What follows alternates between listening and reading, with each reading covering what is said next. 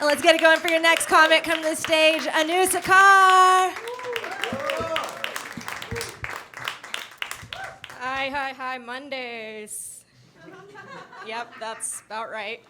So I've been learning that millennial men recently are having a hard time with their free time now that Twitter's dying. Because I've been meeting enough men to count on one hand, which is too many, that they're working on memoirs now.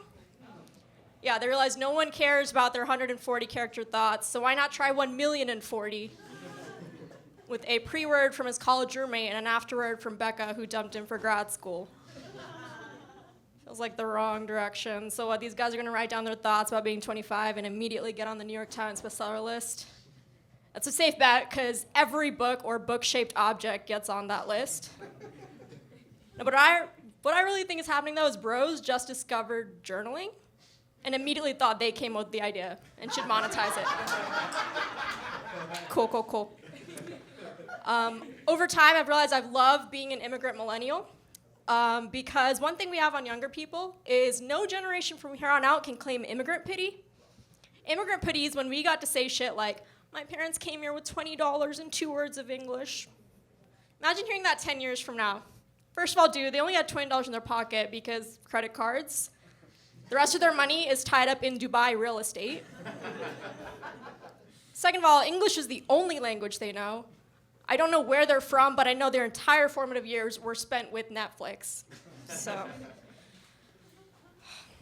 and have fun writing a college essay about that.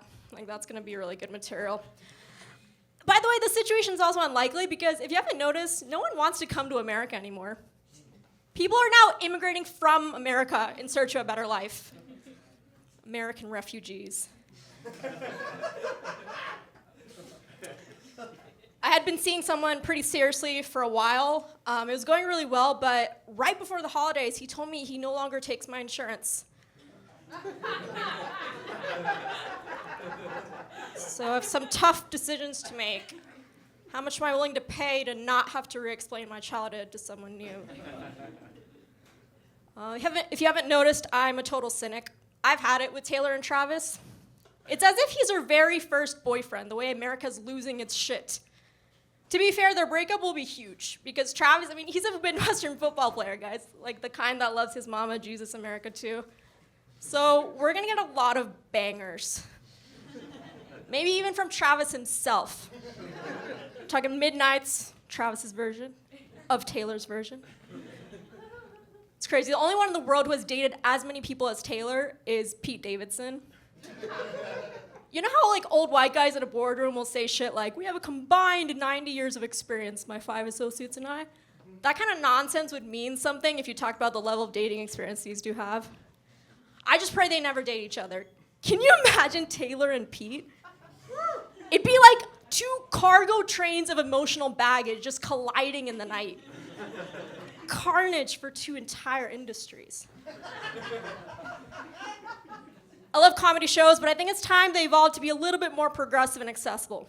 For example, one idea I had, having all the people of color sit towards the front, the white people in the back, so they don't have to do a full 360 after every joke and make sure it's okay to laugh.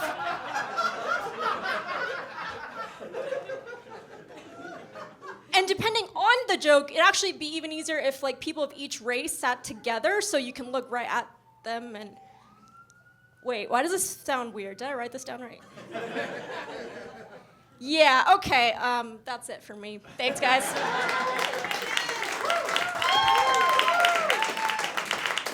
Keep it going for, and keep it